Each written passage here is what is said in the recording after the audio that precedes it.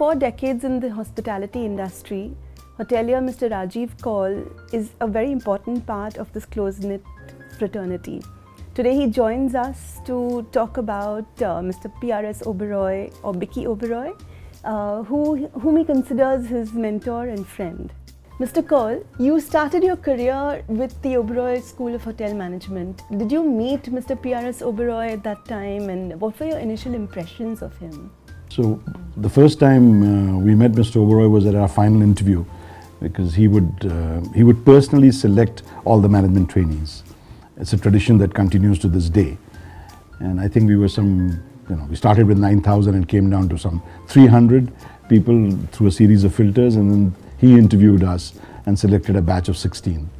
So I remember the first time we saw him, he was sitting, but he's rather Napoleonic, but it's a voice that booms, and he has an aura that you cannot dismiss.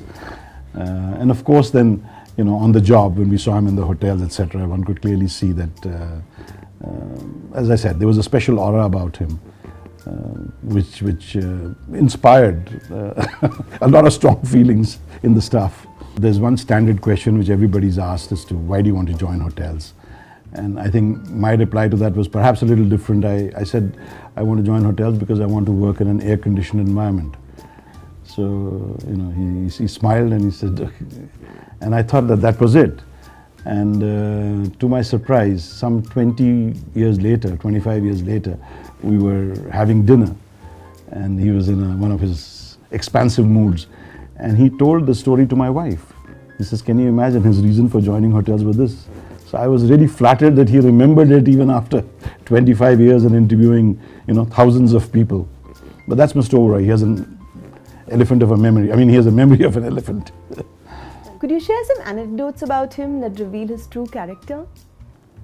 So I asked him once, I said, Mr. Oberoi, in our batch of 16 people, we couldn't help noticing that, nearly a dozen of us have a common thread of going to public schools and then, coming from a services background or government service background.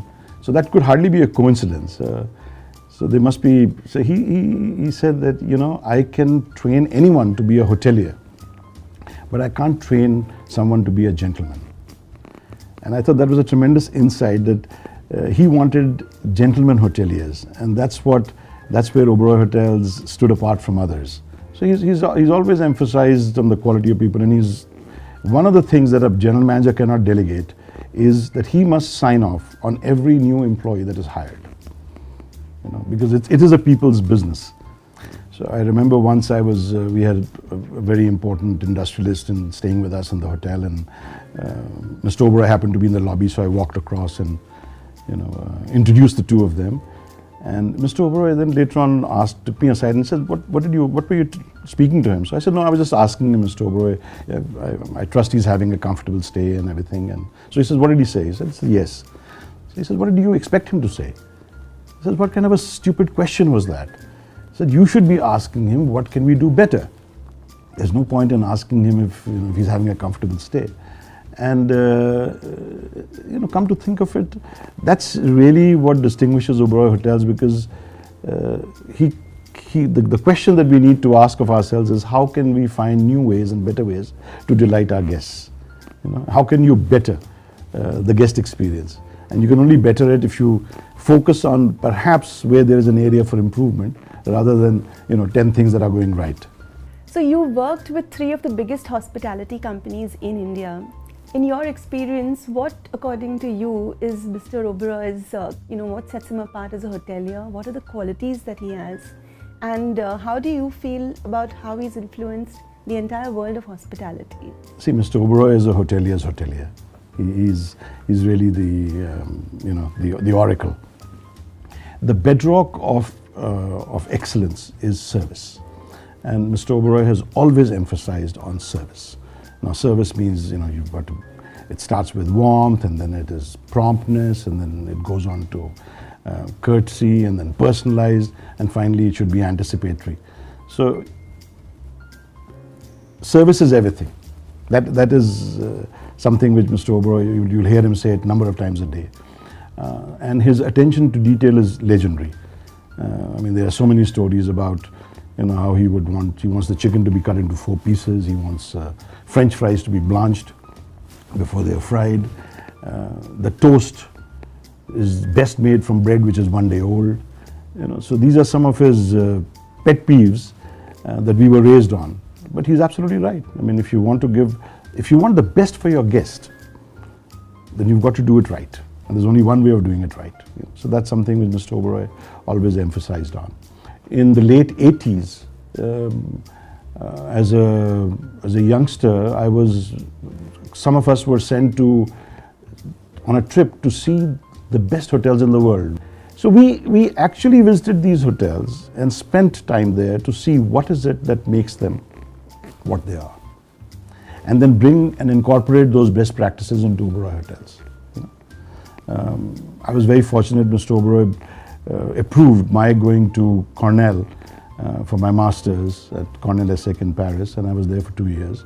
So when I finished my graduation, I wanted to come back, but Mr. Oberoi suggested, no, stay back for another 6 months and work at, at the legendary hotels like the Crillon and the Ritz, because that's the experience that he felt we needed, because at that particular time, the brand, the Oberoi, was being launched. This is 1987. So he always, his investment in people is something which is amazing. I mean, you have today leaders in the hospitality industry across all multiple chains who actually have come from the Oberoi stable. So Mr. Oberoi would always say that I don't want to be the biggest, I want to be the best. And he was true to that. I mean, I remember when I joined the group in 1978, they had some 28 or 30 hotels. And even today, they do not have more than 35 hotels. So it was always about quality and, and being benchmarked with the best. So, and I think he raised the bar for luxury.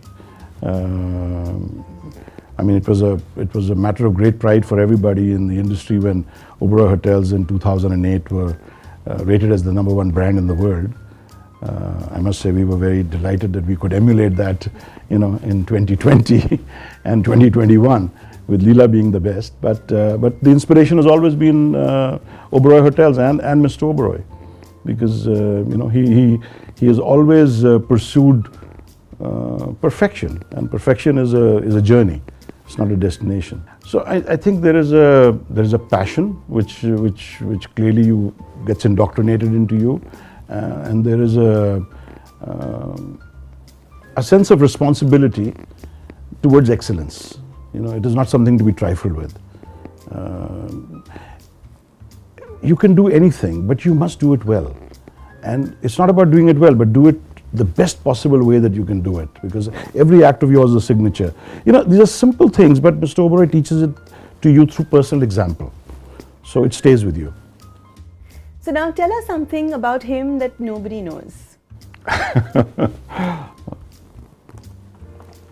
Well, I think what's perhaps not well known is that Mr. Oberoi, they know that he went to Lausanne, to École Hotelier de Lausanne, but he didn't graduate. There's an interesting story which I don't think I should put on camera, but he did graduate.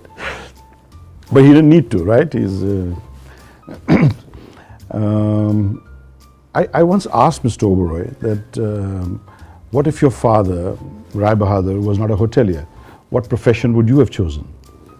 And without batting an eyelid, Mr. Oberoi said, I would have been an architect.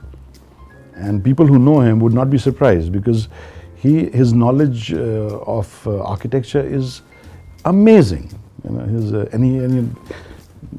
Most of us will struggle when it comes to section, but he will draw it. He'll say, this is the way it should be, And sometimes it frustrates the architects on the job, because he's telling them exactly things which they sometimes don't want to hear. So is there something that you'd like to say to Mr. Oberoi via this video? Mr. Oberoi, our grateful thanks. You have been an inspiration to generations of hoteliers, and we can't thank you enough for the way that you have molded so many of us. We wish you wonderful years ahead. Please take good care of yourself. You're really precious to us all. We hope to celebrate your 100th birthday. We are looking forward to that. God bless.